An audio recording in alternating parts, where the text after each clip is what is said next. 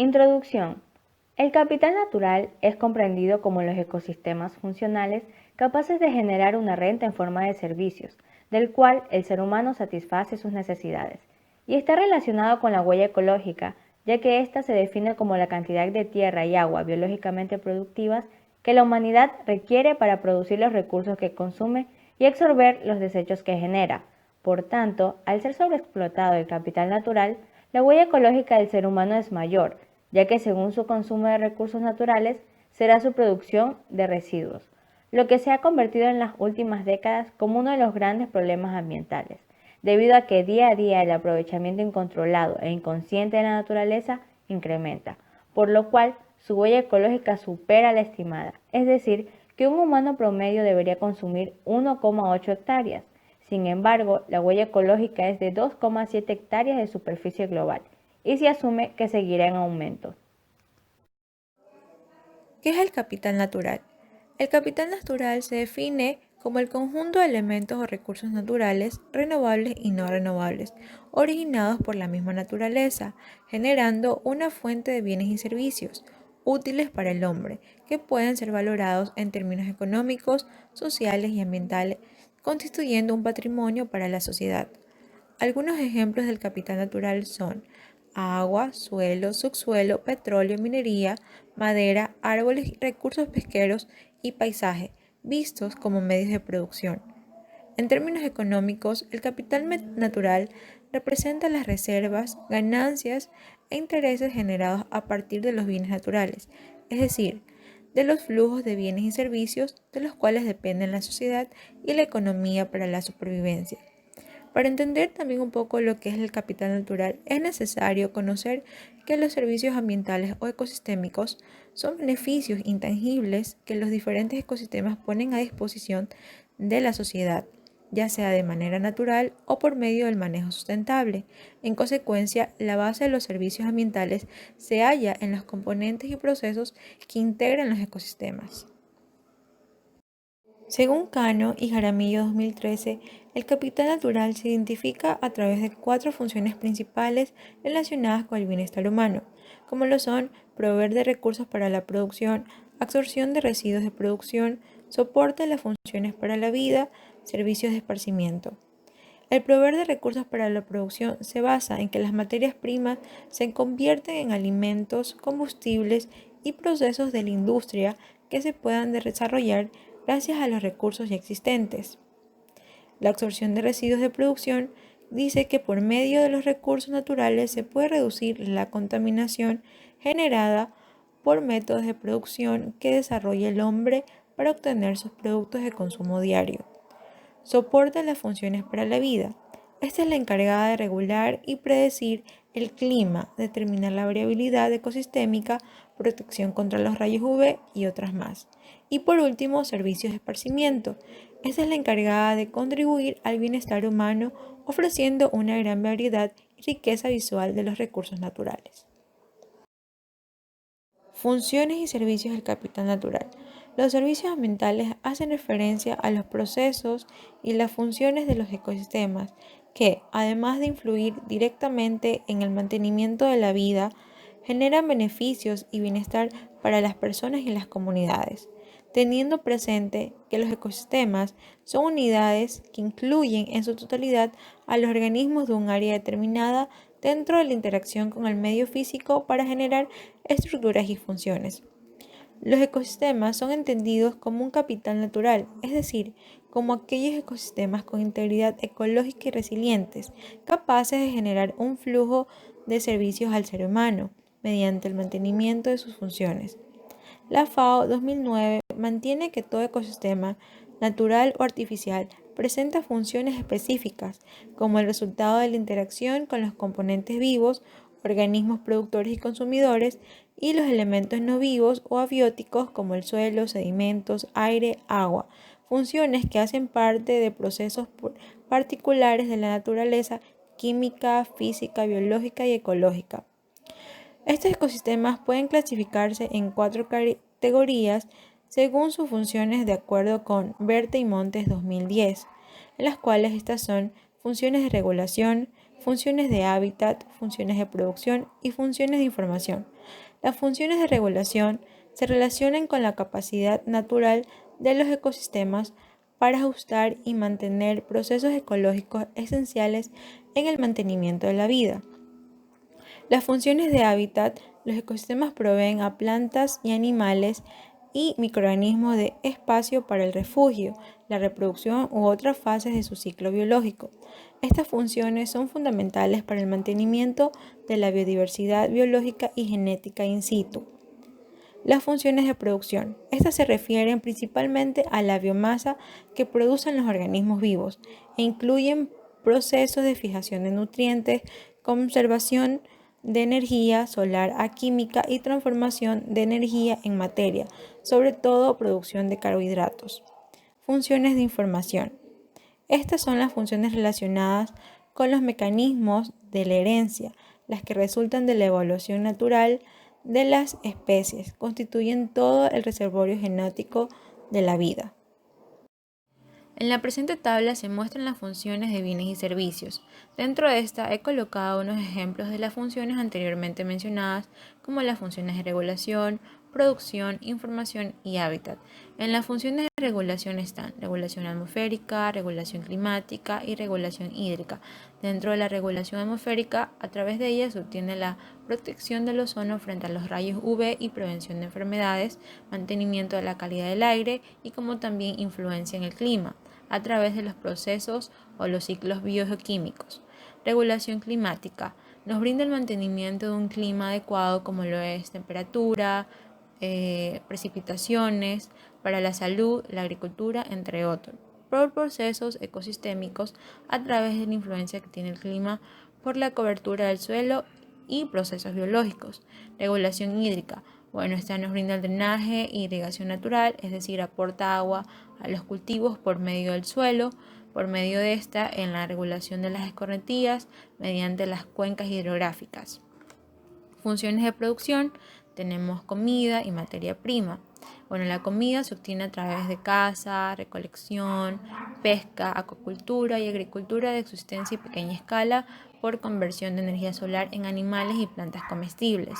La materia prima, a través de ella se obtiene el material para construcción y manufactura, combustibles y energía, fertilizantes naturales, por conversión de energía solar en biomasa para construcción y otros usos. Funciones de información. Tenemos información artística y cultural e información histórica. A través de la información artística y cultural tenemos expresión de la naturaleza en libros, películas, cuadros, folclore, arquitectura, por la variedad de características naturales con valor artístico. Y también información histórica, el uso de la naturaleza con fines históricos o culturales, como herencia cultural y memoria acumulada en los ecosistemas por la variedad de características naturales con valor histórico y espiritual. Funciones de hábitat están función de refugio y criadero. Dentro de la función de refugio, esta nos permite el mantenimiento de la biodiversidad, por lo tanto es una de las bases de mayor parte dentro de estas funciones, por la provisión que tienen estos en los espacios habitables, en la fauna y la flora silvestre. Y los criaderos también permiten el mantenimiento de la biodiversidad como hábitats adecuados para la reproducción. Tipos de capital natural. Se define capital natural como el conjunto de elementos o recursos naturales renovables y no renovables originados por la misma naturaleza, generando una fuente de bienes y servicios que son útiles para la humanidad y que pueden ser valorados en términos económicos, sociales, ambientales, construyendo un patrimonio para la sociedad. Las renovables son los recursos naturales que se pueden restaurar por procesos que son generados e iniciados por la misma biodiversidad a una velocidad superior a la del consumo de los seres humanos. Los no renovables son recursos que no pueden ser reproducidos, cultivados, regenerados o reutilizados. Por lo general, estos recursos se encuentran en cantidades fijas o su consumo se realiza de una manera más acelerada.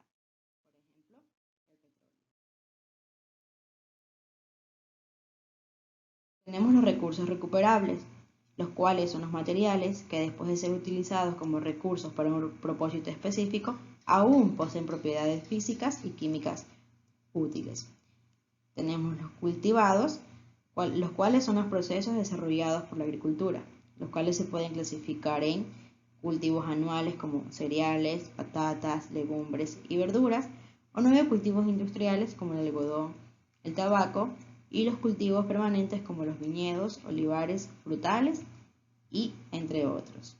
Valoración del capital natural. La valoración, o también conocida como contabilidad del capital natural, es el proceso de calcular el total de stock en un ecosistema o región determinados. Este proceso se puede emplear para informar la toma de decisiones de gobiernos, corporaciones y consumidores, debido a que se encuentran relacionados con el uso y consumo de los recursos naturales o denominado capital natural y del comportamiento sostenible. Existen varias iniciativas globales para apoyar el desarrollo de la contabilidad o valoración del capital natural. Entre ellas se destacan el sistema de contabilidad ambiental y económica que puede ser integrado en el actual sistema de las Naciones Unidas de Cuentas Nacionales, el SEA. Tiene ahora guías en contabilidad experimental de la biodiversidad y la contabilidad de la riqueza y la valoración de los servicios de los ecosistemas, WAVE por sus siglas en inglés. Es una colaboración global liderada por el Banco Mundial. Su objetivo es promover el desarrollo sostenible, asegurándose que los recursos naturales son incorporados en la planificación del desarrollo y contabilidades económicas nacionales. El SEA emplea los precios, las transacciones de mercado asociadas y métodos de estimación basados en la teoría económica de precio y valor. Los valores de los recursos naturales se estiman mediante el cálculo de la renta de los recursos sobre la base de precios de mercado, los costos de producción, expectativas de vida de los recursos y tasas de descuento. El SEA utiliza técnicas de valoración para medir la degradación para estimar el valor de los servicios ecosistémicos.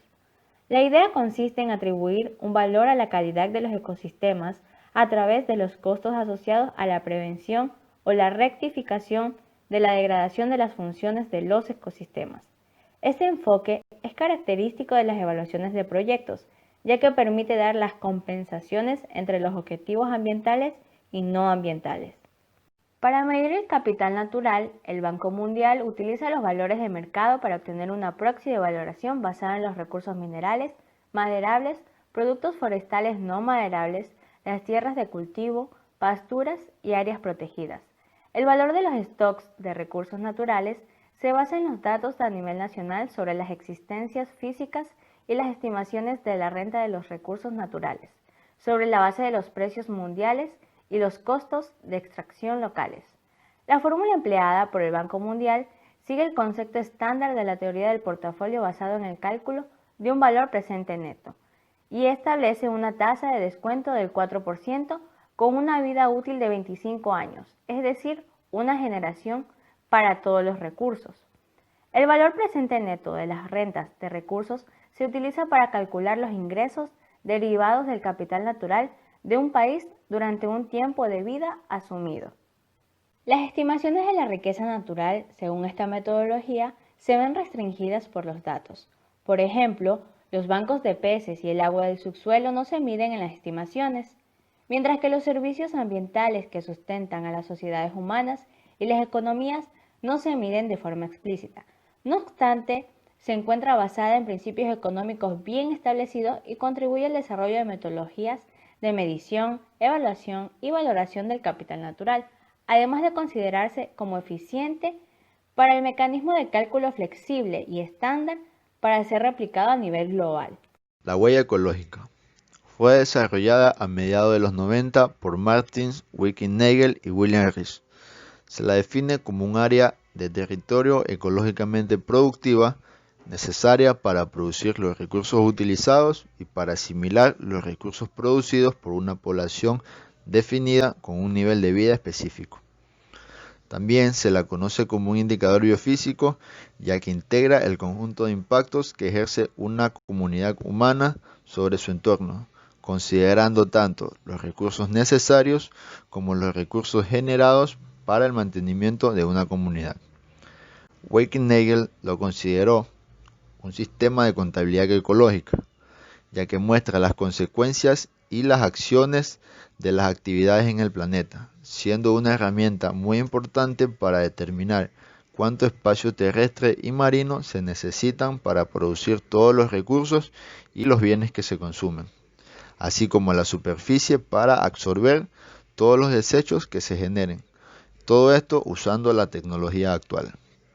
En su medición toma en cuenta la población total que habita un espacio, ya sea su localidad, la región, ciudad o el planeta, en un espacio determinado, al tiempo que se estima las superficies producidas dedicadas a los cultivos para producir alimentos, fibras, aceites, el pastoreo para obtener la carne, la leche, el cuero, la lana, los bosques para disponer de madera que se usan en la producción de bienes o como combustible, el mar, ya sea para obtener pescados o mariscos, también la superficie construida, que en esta incluyen las viviendas, las industrias, las carreteras y otras infraestructuras. El área de absorción, que vendría a ser la cantidad de bosques para obtener los desechos producidos por la quema de combustibles fósiles como el carbón, el petróleo, el gas natural y otros que son utilizados por las industrias y para el transporte. El espacio de la conservación, que está reservado para el mantenimiento de la biodiversidad. Según los usos de la producción de la tierra, se consideran 5 categorías de consumo, que son la alimentación, el hogar, el transporte, los bienes de consumo y servicios. Por lo tanto, la huella ecológica vendría a ser el resultado de la unión de todos estos elementos. Cálculo de la huella ecológica. La metodología de cálculo está basada en la estimación de la superficie productiva necesaria para satisfacer los consumos asociados a la alimentación, a productos forestales, al consumo energético y al consumo directo del suelo. Para calcular esta superficie se realizan los siguientes pasos, en la cual tenemos que contabilizar el consumo de diferentes categorías en unidades físicas. Ya sea que en el caso no existan datos directos de consumo, se pueden estimar los consumos aparentes para cada producto con la siguiente expresión. El consumo aparente va a ser igual a la productividad menos la exportación más la importación. En segundo punto, tenemos que transformar los consumos en superficies biológicas productivas adecuadas por medios de índices de producción, que equivale a calcular la superficie necesaria para satisfacer el consumo promedio por habitante de un producto determinado. Se usan valores de productividad que se pueden interpretar en la siguiente expresión. Huella ecológica va a ser igual a consumo sobre productividad. Los valores de productividad pueden estar referidos a una escala global o bien se pueden calcular específicamente para un territorio determinado, siempre considerando la tecnología aplicada y el rendimiento del terreno. Las superficies se expresan en términos de hectáreas per cápita para establecer comparaciones entre países o regiones a nivel global. Luego de calcular la huella ecológica, se compara la superficie disponible o la biocapacidad, de la cual se obtiene una medida de déficit ecológico o denominado superávit, en el cual permite evaluar las medidas de los hábitos. Tipos de huellas ecológicas. Existen 4 tipos de huellas ecológicas que son la huella de carbono, la huella hídrica, huella del suelo y huella de materiales. En nuestras actividades cotidianas utilizamos más cantidad de agua de la que imaginamos. La principal huella hídrica es la que deja el sector de la alimentación. Por ejemplo, para producir una hamburguesa, que equivale a 150 gramos, se necesita 2.400 litros.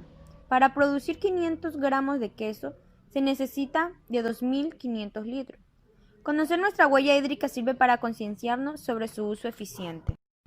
Huella de carbono. La huella de carbono es la medida del impacto de todos los gases de efecto invernadero producidos por las actividades del ser humano, ya sean individuales, colectivas, eventuales, y de los productos en el medio ambiente.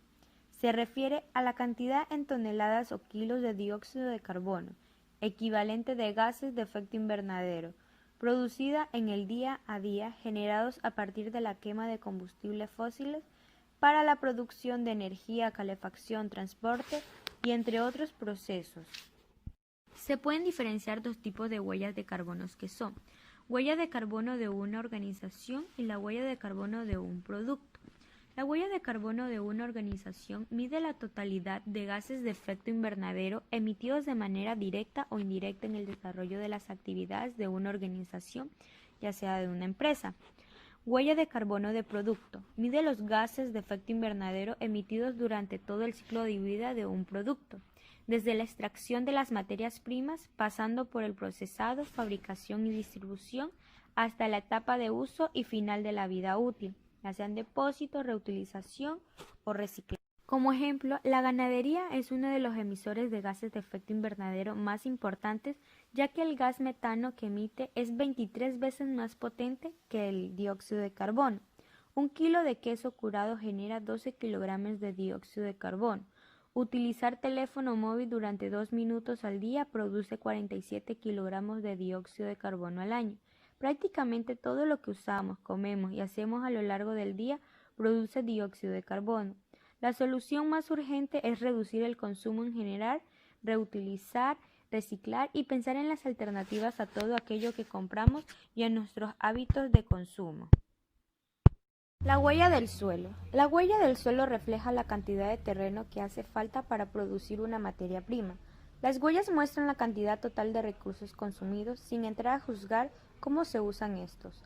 El verdadero efecto de la huella del suelo depende de la índole del terreno, de cómo se emplee y de si existen otros usos simultáneos. Un ejemplo en la huella del suelo, en el caso del cultivo de soya, más del 90% de su producción ocurre en solo 6 países: Brasil, Estados Unidos, Argentina, China, India y Paraguay. Algunos de estos países dedican más del 80% de sus suelos a producirla, para lo que se han deforestado zonas rurales que antes se dedicaban a la ganadería intensa.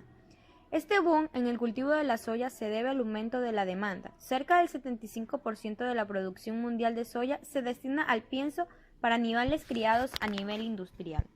Huella de materiales. La huella de materiales indica el peso de los materiales extraídos del medio, incluyendo la mena y minería para la extracción de metales.